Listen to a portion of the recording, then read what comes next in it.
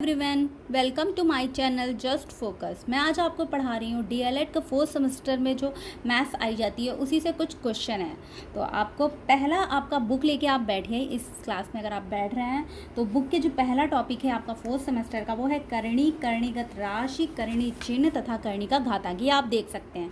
तो आपकी बुक का क्वेश्चन नंबर फर्स्ट क्या है जो मैंने अभी नोट डाउन कर लिया है, वो 5 की पावर 5 डिवाइडेड बाई 5 की पावर 3। तो इसको हमने नीचे लिख दिया। इस तरह से जब कभी भी डिवाइड में होगा तो उसकी जो पावर होती हैं बेस सेम है तो पावर जो होती हैं वो आपस में माइनस हो जाती हैं। तो 5 की पावर हो जाएगी 5 - 3, तो इजिकल्स टू 5 की पावर 2। अब इस तरह से हम सेकेंड क्वेश्चन देखते हैं। सेकेंड क्वेश्चन बहुत ही सिंपल है आपका। 29 की पावर 3 दे रखा है और 26 की पावर 3, इसका हमें मान ज्ञात करना है। तो सीधा सीधा 29 को 3 बार आप मल्टीप्लाई कर दीजिए।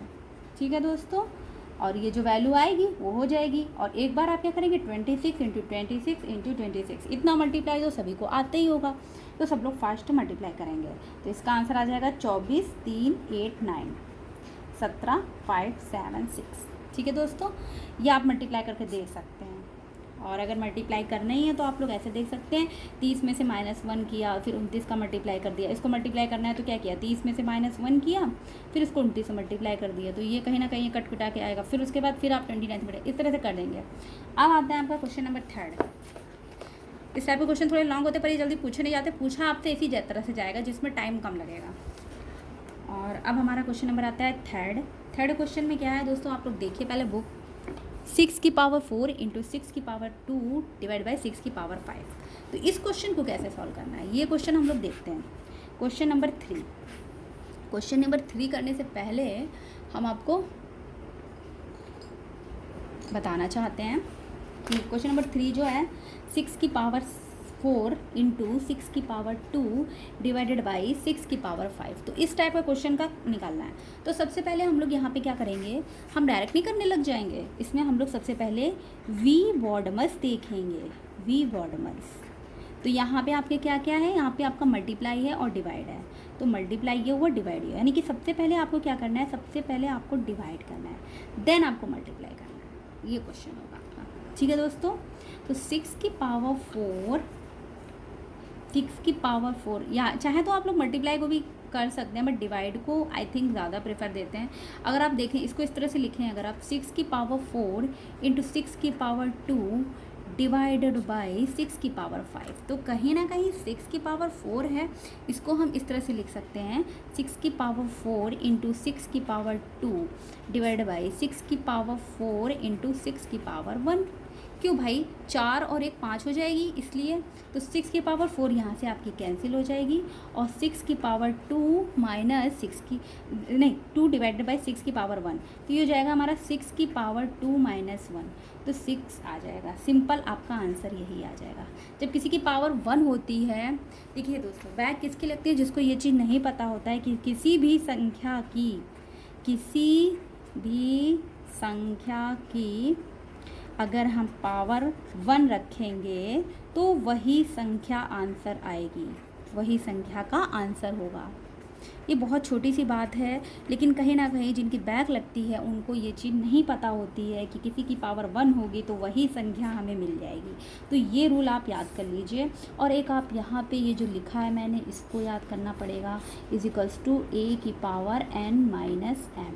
और यही अगर a की पावर n × a की पावर m होता तो हो जाता हमारा a की पावर n + m। ये बहुत इंपॉर्टेंट रूल है। तो ये क्वेश्चन नंबर 3 आपका हो गया है। अब हम स्टार्ट करते हैं क्वेश्चन नंबर 4। क्या है, 4 जो क्वेश्चन है इसमें 3 का ही एक पार्ट ये था और ये 3 का पहले हम दूसरा पार्ट कर लेते हैं। दूसरे पार्ट में क्या है, क्वेश्चन ये पूछा गया 3 की पावर 7। जब आप बुक लेके बैठेंगे तो आपको पता चल जाएगा मैं क्या पढ़ा रही हूँ। 3 की पावर 7 × 3 की पावर 8।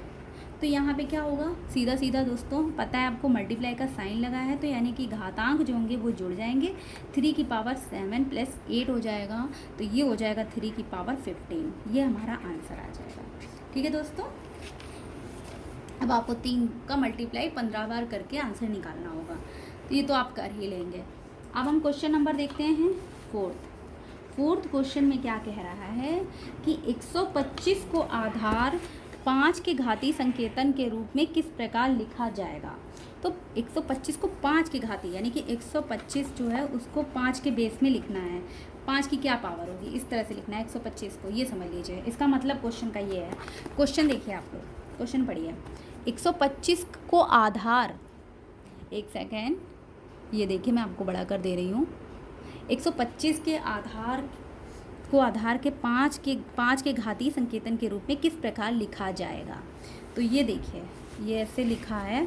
इसको हम लोग क्या करेंगे, 125 को फैक्टराइज कर लेंगे तो 5 जाएगा, 5 2 ज़ा 10 और 5 5 ज़ा 25, 5 5 ज़ा 25, 5 की पावर 1, तो कहीं ना कहीं 5 की पावर 3, 5 25, 5 25 150, 5 की पावर 3 हमारी आंसर आ जाएगी।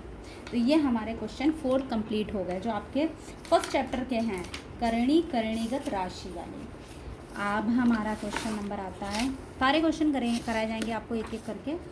तो अब देखिए आप लोग, क्वेश्चन नंबर 4 5th जो है उसमें क्या दे रखा है।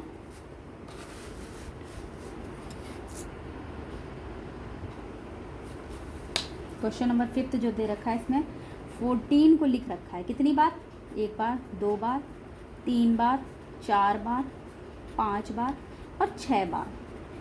14 को 6 बार दे रखा है, ठीक है, ठीक है दोस्तों। 14 को 6 बार लिख रखा है। तो क्या है, हम लोग जितनी बार लिखा है उतनी ही पावर हो जाएगी। 14 की पावर 6 जो होगा वो हमारा क्या होगा, आंसर होगा, ठीक है। अब देखते हैं करणी का प्रतीक चिन्ह क्या होता है। हमसे क्वेश्चन पूछा जा सकता है। क्वेश्चन नंबर 6 जो है, करणी का प्रतीक चिन्ह क्या है। ये एक नंबर में आ सकता है प्रतीक चिन्ह। करणी का प्रतीक चिन्ह क्या है। तो करणी का जो प्रतीक चिन्ह होता है उसको आप लोग अच्छे से नोटिस कर लीजिए। ऐसे ऐसे करेंगे, फिर ऐसे ऐसे करेंगे, फिर अंडर रूट लगा के इसमें यहाँ पे एन लिख देंगे साइड। यही है करणी का चिन्ह। इसको आपको याद करना पड़ेगा, ये आपको घुमा के दे देगा 4 ऑप्शन में, तो आप गलत करके आ सकते हैं। इसी तरह से बैक लगती हैं। करणी के घातांक को समझाइए, ये तो आप समझ ही जाएंगे। यहाँ पे मैं इसमें कोई सॉल्व करने वाली चीज़ नहीं है, मैं आपको बुक से ही समझा दे रही हूँ। ये देखिए दोस्तों, करणी के घातांक को समझाइए। हम यहाँ बड़ी बड़ी संख्या को संचित रूप में लिख सकते हैं। जैसे कितना है ये, इकाई, दहाई, सैकड़ा, हज़ार, 10,000, लाख। 1 लाख है, 1 लाख बराबर 10 की पावर 5, तो 1000 बराबर 10 की पावर 3, 100 बराबर 10 की पावर 2। इस तरह से हम लोग लिख सकते हैं। अब ये करणी के कुछ नियम दे रखे हैं, तो करणी के नियम जो दे रखे हैं इनको हम आपको यहाँ पे देखिए। फर्स्ट नियम क्या है, इसको मैं आपको लिख के बता देती हूँ। तो करणी के जो रूल्स हैं उनको इस तरह से देखिए। फर्स्ट नंबर है रूल n, a की पावर रूट n। इसको क्या लिख सकते हैं, अगर हमें ये रूट हटाना है तो क्या करना पड़ेगा, a की पावर 1/n में लिखना पड़ेगा। सेकेंड नंबर a की पावर 1 फिर n, तो क्या करेंगे, अंडर रूट a, n इधर आ जाएगा, अंडर रूट a की पावर 1 n इधर आ जाएगा। मल्टीप्लाई में लिख सकते हैं। जब दोनों कॉमन में दे रखा तो दोनों को अलग अलग मल्टीप्लाई में लिख सकते हैं। इसी तरह से डिवाइड वाले केस में हो जाएगा। अगर आपका दे रखा होगा a divide by a dash की पावर n, तो क्या होगा, अंडर रूट a की power n divided by under root a की पावर 1n। आप हमारे शॉर्ट्स वीडियो में ये चीज़ देख सकते हैं जो मैं आपको लिखा के बता रही हूँ। ये आप हमारे शॉर्ट्स वीडियो देखेंगे, उसमें आपको मिल जाएगा। ये रूल्स बहुत अच्छे से मैंने समझाया है। 4 देखिए, अंडर रूट a की पावर n, इसको क्या करना है, इक्वल्स टू a। क्यों, ये क्यों हो गया पता है आप लोगों को, ये इसलिए हो गया, इसकी वैल्यू ये इसलिए आ गई। हमने सबसे पहले क्या किया, a की पावर n की पावर 1/n, इसको लिख सकते हैं, ठीक है। फिर a की पावर n इंटू 1/n, ये कैंसिल हो गया, सीधा सीधा a बचा हमारा। तो ये इसका वैल्यू ये होगा। ये आप याद कर लीजिए या समझ लीजिए, समझ लेंगे तो आपको ज़्यादा आराम हो जाएगा इस टाइप के क्वेश्चन सॉल्व करने में। और ये लास्ट आपका रूल जो है 4th 5th, ये रूल है 5th। इसमें क्या है, अंडर रूट a n फिर उसकी भी रूट m, तो क्या करेंगे, इसको हम इन दोनों का आपस में मल्टीप्लाई हो जाएगा, यानी under root a m n, ये लिख देंगे इसको। ये दोनों आपस में मल्टीप्लाई में हो जाएंगे, ठीक है।